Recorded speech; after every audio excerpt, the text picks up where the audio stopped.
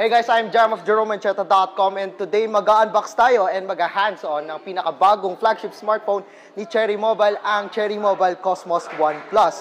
So ano nga ba meron dito sa Cherry Mobile Cosmos One Plus? Well, it's the brand new and bagong-bago na flagship smartphone ni Cherry Mobile that packs LTE, octa-core, 32 GB of internal storage, and 3 GB of RAM. So ano nga ba meron dito? So tara, let's unbox and i-hands-on na natin ang Cherry Mobile Cosmos One Plus. Alright guys, so here's the Cherry Mobile Cosmos One Plus, the newest flagship phone of Cherry Mobile. So as you could see, medyo different na yung box niya compared to other Cherry Mobile smartphones. So we have the black and gold na colors here, which is parang ang ganda tignan sa mata, sobrang ganda. So sa likod, we could see the full specifications.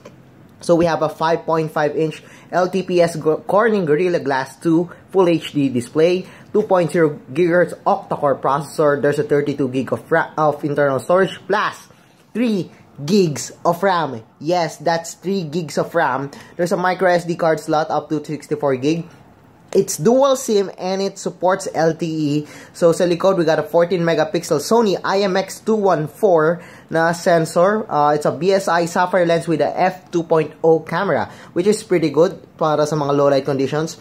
And then we also have an 8 megapixel camera, a GPS, and 2700 milliamps battery. So it's powered by Android 4.4 KitKat. There's the sensors na, well, na nakikita natin mostly smartphones. And yes, it's a MediaTek smartphone with LTE. So let's unbox this one. Alright, so here we go. Here's the Cherry Mobile Cosmos One. Alright, One Plus, I'm sorry, the One Plus. So don't get confused with that. So this is the Cherry Mobile Cosmos One Plus. There's a plus, iba yung Cosmos One sa One Plus. Alright, so tabi ko muna. So we also have here the manual. And para sa Pinoy App Shop and other local applications. And then let's open pa the box. So we can turn on the Cosmos One Plus without the battery. So it comes with a flip cover, which will gamitin natin in a bit. Teka lang. So mamaya natin pag-usapan yan. Alright. Then we also have here the micro USB to USB. We got here the charger. And so here's the charger. And then we got an in-ear phones sa loob. And we also have, of course, ang pinakakailangan natin sa lahat, the battery, which is a 27 milliamps of battery, 2700 milliamps of battery. So give me a second and ilalagay natin ang battery ng Cherry Mobile Cosmos One Plus sa sa phone, of course. Saan pa ba natin ilalagay? Kailangan naman sa mukha nyo, sa ilong nyo, diba? Or what? I don't know. Pero, let's open this one.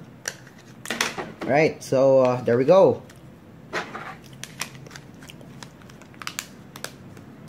Alright, so, medyo tricky lang yung pagsara niya, pero, yan, so, medyo pinupush siya ng konti. Ayan, so, yan. So, let's turn it on. So, medyo confusing siya. Mamaya natin pag-uusapan yung buttons.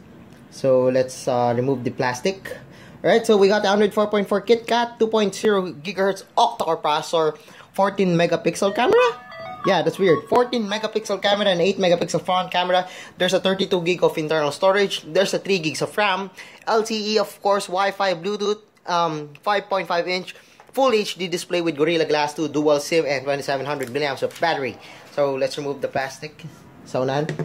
Alright, so dito muna tayo sa flip cover. So it comes with a flip cover. The phone comes with a flip cover and we need to remove the plastic para matingnan natin ang kanyang mga malulupit na features. So let's check it out.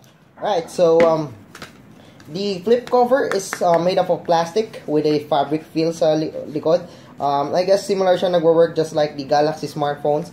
And I like the flip cover kasi transparent yung likod niya. As you could see, transparent yung likod ng smartphone. Ng flip cover. So, bago natin ilagay, let's discuss yung design and construction ng Cherry Mobile Cosmos One Plus. So, the design is very similar to the Cherry Mobile Cosmos One, but this one is powered by an octa-core processor and there's a 3 GB of RAM and mas marami siyang features actually. So, sa likod, meron siyang texture. Actually, maririnig nyo. May texture. We have the Cosmos logo here. The Cherry Mobile, the speaker grill, And we also have here the camera and the LED flash. Sa sides, we got here the parang chrome accents niya. So at the left side, we got the volume rocker. Sa taas, we got 3.5mm audio jack along with the microphone pinhole. There's the power button and the shutter button. So medyo weird siya, dapat kasi normally nandito yung shutter button and medyo nakakalito. So if pinipindot nyo, minsan actually nagwo-work din naman pala to turn on the pero syempre pagpapatay niyo yung device, iba yung sa shutter button, iba yung sa power button. Sana nilagay nila dito kasi mas madali siyang gamitin. Then we also have the micro USB sa likod, micro USB slots sa ilalim, and then of course we got a 5.5-inch display. It's a full HD display. So yeah, as you could see, maganda yung colors niya, maganda yung viewing angles niya. I like it. It's very good. Actually, mapapansin nyo na medyo hindi nagbabago yung kulay niya. The display is very good. I mean, it's great. Yeah, it's great. It's a full HD display. Maganda yung colors niya. It's bright, and actually taasan natin yung brightness niya. Todo.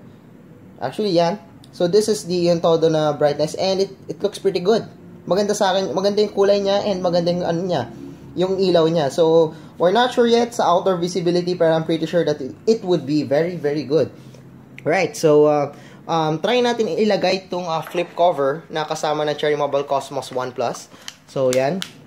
And so basically, pag ginamit natin yun, yan. So meron tayong parang window mode na kung saan makikita natin time, the notifications, or yung kanyang song artist, yung music player. So if I turn it on, yan. So makikita nyo, nagbubukas, pag binuksan ko siya, automatically nag-unlock yung phone, then automatically naglalak, pag sinala ko, then automatically bubukas ulit, then sara uli. So yan. So yan. So let's see. It's pretty interesting, and I like that feature. Although hindi naman lahat tayo, although there's no double tap to wake. So let's check out the settings. Alright, so let's see. There's a gesture sensing. So learn action. Wave your hand from left to right on top of your phone to control your app. So basically, I just need to wave my hand sa taas, and then the camera or the sensor, if lalaman niya if nag-wave ako from left to right. So automatically parang nag-swipe lang ako left to right. There's a smart wake. So I don't know what so there's double tap to wake the screen. As you can see, meron siyang ganun, double tap to wake screen. So let's try that out. And it's working, double tap to wake. That's a neat feature na gusto ko sa mga Cherry Mobile smartphones. Actually, lately, meron sila mga ganun. And yeah, I guess that's it. We also have Hot Nut, which is, I don't know kung ano feature siya. So it allowed data exchange when the screen touches another device. So I'm not sure if that's NFC. And yes, there's NFC on this smartphone, pero this one is screen to screen. So I'm not sure how this thing would work sa Cherry Mobile Cosmos One Plus. Alright, so yeah, as you can see, there's NFC. And then, yeah, so we don't have Antutu yet, pero makikita niyo po sa review ang Antutu score nitong Cherry Mobile Cosmos One Plus. But I'm pretty sure that it would be very good since there's 3 gigs of RAM. Ulitin ko 3 gigs of RAM. So probably mas malaki pa yan sa mga laptop nyo na ginagamit nyo ngayon, lalo na sa iPad. And there's also a an octa-core processor, which is the latest one, the MT6595M, and yes, it can handle 3 gigs of RAM, and hopefully pag mayroong Lollipop update, sana na-optimize pa lalo, and we're not sure if magkakameron Lollipop update, pero hopefully magkakameron. But yeah, the Cherry Mobile Cosmos One Plus is very good. By the way, we forgot the camera. So we don't have a model yet para sa camera, pero let's try that out. So I have here an object, so let's try that out. So yan, so nag-exit mag-isa. So let's try taking a photo. Yan, so medyo mabilis naman yung pag-take ng photo. Well, actually tinry ko siya kanina. Alright, so nawala. So weird. Let's try that out again. Yan, so let's see. Alright, so give me a minute. So medyo malabo yung actually lumabas yung unang mga photos ko kanina na try before using this phone. Alright, as you could see, medyo maganda naman yung yung output niya, despite na hindi maganda yung lighting dito sa kwarto ko. Alright, so as you could see, nag-work naman yung swipe, yung waving something feature. But yeah, it's actually good. I mean, it's not the best one, but it's actually good for a low sa gantong condition ng ilaw dito sa kwarto ko. So yeah, I guess that's it sa unboxing and hands-on ng Cherry Mobile Cosmos 1 Plus. So if you like this video, don't forget to give us thumbs up. And if you haven't subscribed to my channel yet, well, mag-subscribe na po kayo. So don't forget to like my Facebook page and subscribe to my channel, of course, and follow me on Twitter at Jam Lancheta. So once again, I'm Jam of JeromLancheta.com, and thanks for watching the unboxing and hands-on of the Cherry Mobile Cosmos 1 Plus.